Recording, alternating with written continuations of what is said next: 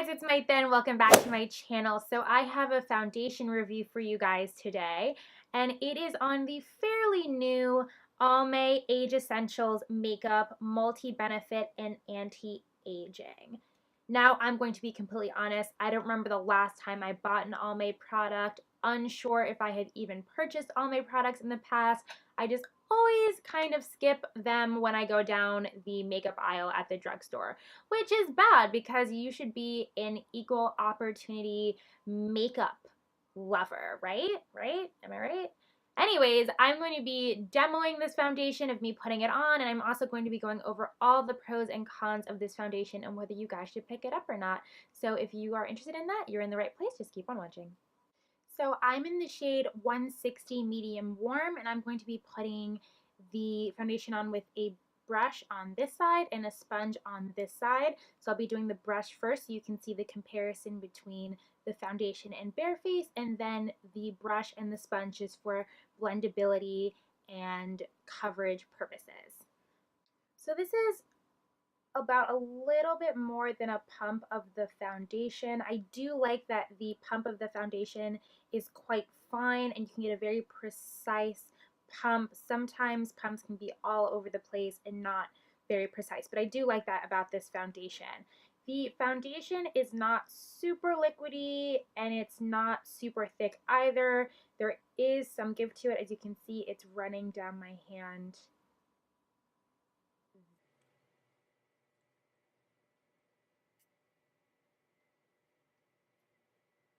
So the brush I'm just going to be using is the number 123 brush from BH Cosmetics.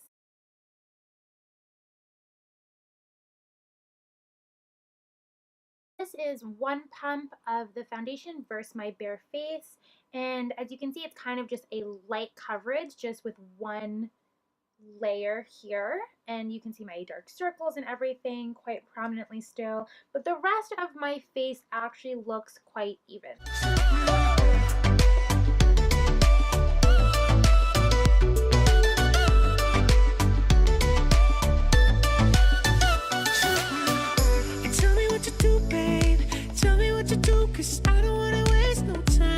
So this is 2 layers of the foundation versus bare face.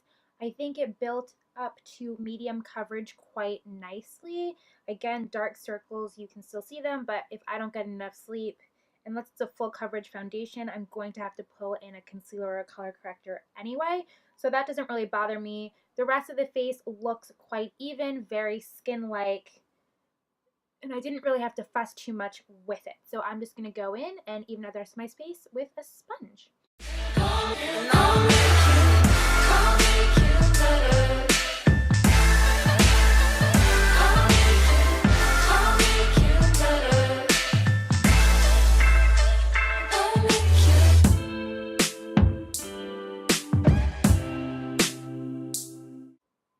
So this is one layer with the sponge, and as you can see, it's slightly a little bit more luminous on this side, mostly just because of the moisture from the sponge, but I think it built up quite nicely.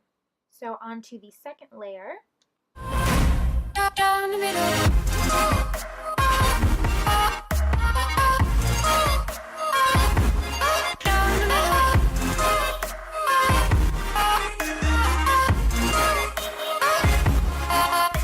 As you can see, the foundation looks great with a sponge or with a brush. I don't see any brush marks. I didn't see that the foundation really soaked into the sponge very much either. I think it's just going to be personal preference. I personally prefer to just apply this foundation with a brush just because I tend to save my sponge for very, very, very full coverage foundations that need to be sheared out a little bit, and it's just quicker for me to do with a brush personally.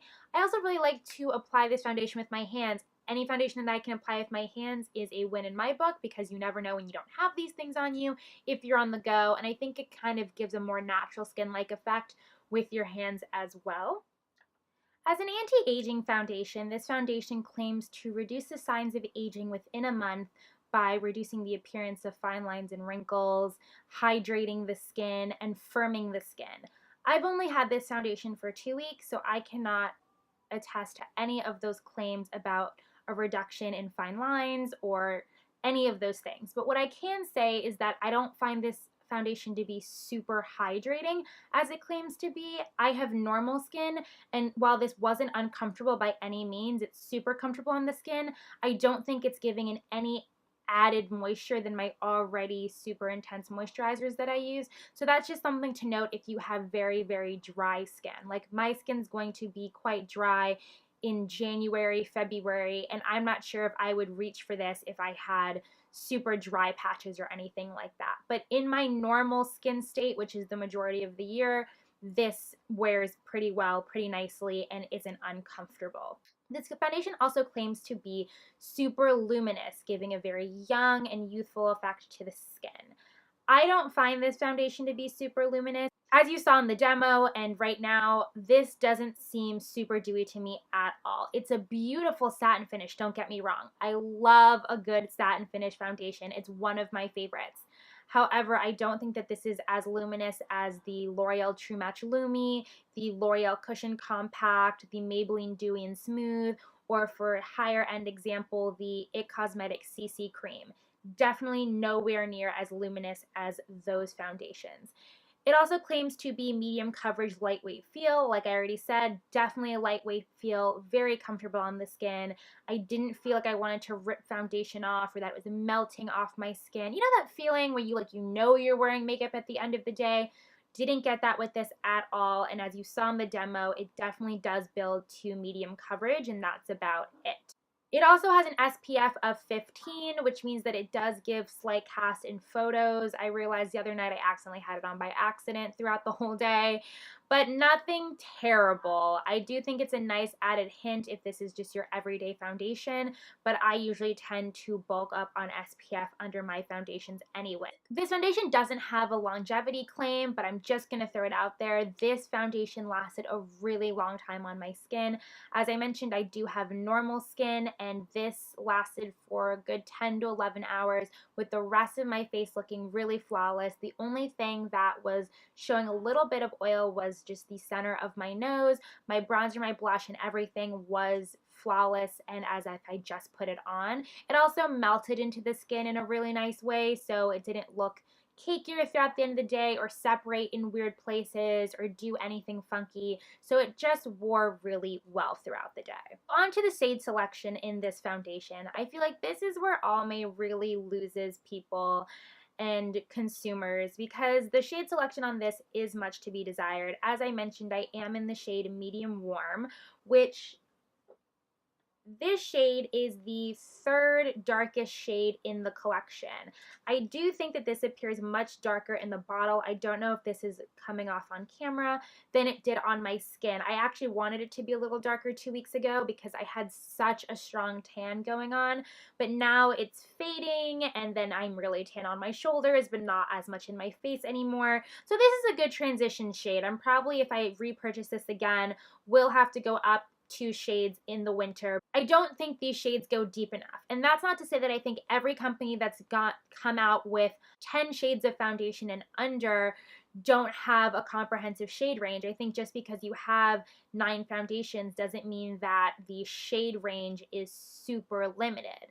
Obviously, it's going to be more limited than, let's say, a foundation range that is 16 shades, but I just think that the light shades ran a little pink, at least that's what I saw in the bottle, and then these didn't run nearly deep enough to even try them. I almost feel like I like it when companies have shades for really fair skin and shades for deep skin, like deep skin, and then some medium shades in the middle, so if anything you can at least mix and match and have people on both ends of the spectrum at least being able to try those foundations. So I did think that the shade range was a little lacking, and because it came off so much lighter on my skin than it does in the bottle, I think that can throw people off when trying to find their shade.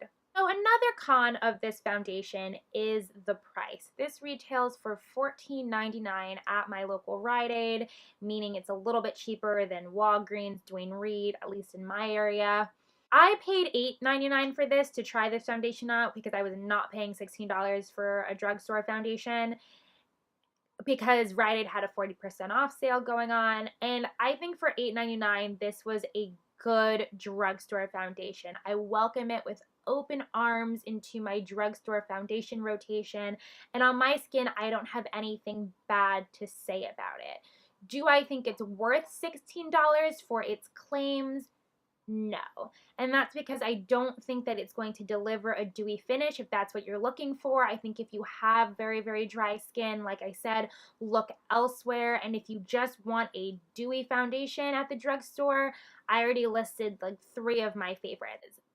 This idea of anti-aging foundations being pricier at the drugstore isn't anything new. I mean, CoverGirl and Olay's foundation that they just launched this year also is in the $16, $17 range in the drugstore. I think that companies really take a hold of these anti-aging foundations and really just up the price without there being, I think, in my opinion, a substantial amount of evidence to what they're claiming these foundations would do versus a night cream or, you know, any other anti-aging preventative measures that you may take.